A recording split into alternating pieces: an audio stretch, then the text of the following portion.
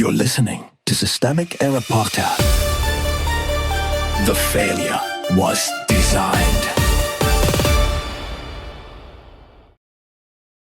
Trump administration declares war on a ghost based on an article by The Conversation.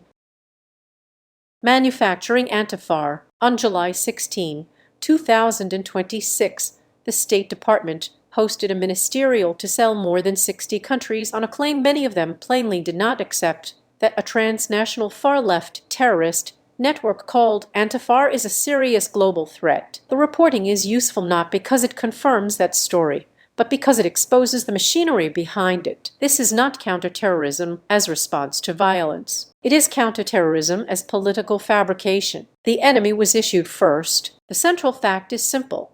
Antifa is not being described here as a searchable organization with leaders, funding, and command structure because it does not have those things. The article says that directly. Yet the Trump administration moved anyway, first by executive order, then by presidential memorandum, then by foreign designations, each step trying to turn a political idea into a terrorist object. That matters because power is doing the defining, not evidence, not a body count, not a chain of command. The White House decided that opposition to fascism could be treated as a security threat, and then it ordered the bureaucracy to behave as if the fiction were already established fact. That is not confusion. It is authoritarians' favorite method: name the enemy, then build the proof around the name. Bureaucracy as a weapon. Once the executive order existed, the machinery followed. Treasury was told to hunt financial networks. Banks were pushed into suspicious activity reporting. FBI joint terrorism task forces were told to coordinate a national strategy. The article is right to linger here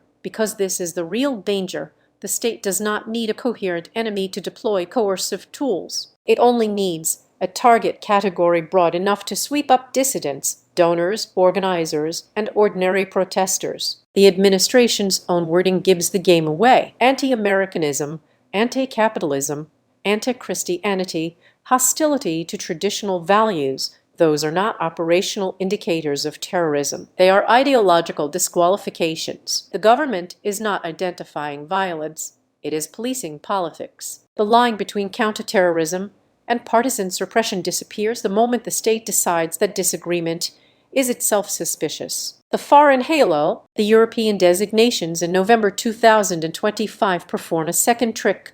They create a foreign aura around a domestic crackdown. The article notes that the targeted groups in Germany, Italy, and Greece are real, and that some members committed assaults and small-scale bombings. But it also notes the scale problem plainly. None of them killed anyone. German leaders said the threat from one group had recently decreased significantly. The bar for terrorism was lowered until it could be used as a political prop. That is the point of the foreign designations. They are not mainly about Europe. They are a laundering device. Invent the domestic organization, label a few overseas groups, call them a transnational network, and then tell allies the world is facing a shared menace. The ministerial exists to ratify a narrative that the evidence never supported. If enough governments can be made to nod politely, this administration gets to cite consensus it did not earn. Allies are not buying it. The article is especially revealing where it describes the Allies' response. The Netherlands and Germany are not reporting a shared intelligence breakthrough. They are saying, in effect,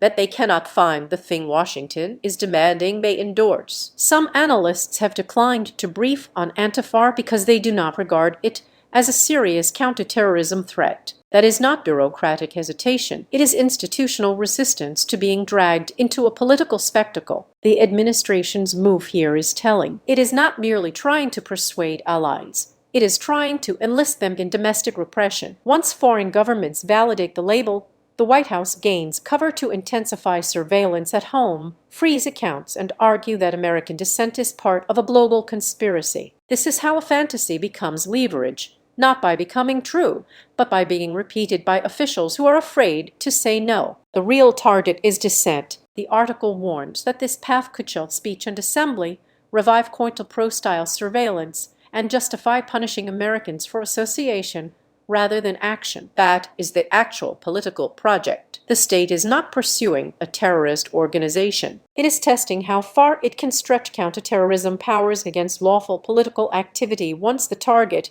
has been rhetorically stripped of legitimacy. That should be named clearly. This is authoritarian drift by administrative design. It relies on the old move of recasting opposition as extremism, then recasting extremism as a coordination problem, then recasting coordination as a reason to expand police power. The victim is not just Antifa as a label. The victim is the boundary between protest and conspiracy, politics and security, dissent and criminality. The deeper pattern is not unique to this administration, but it is being executed with exceptional brazenness here.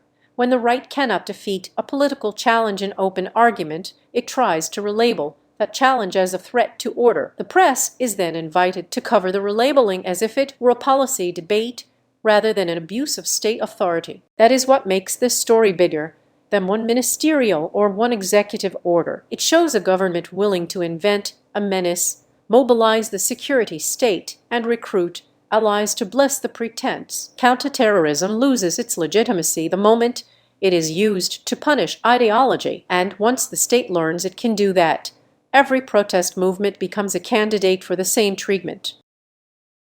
You've been listening to Systemic Error. Thanks to Alternate for today's article with the automated voice of LJ. Thanks for listening.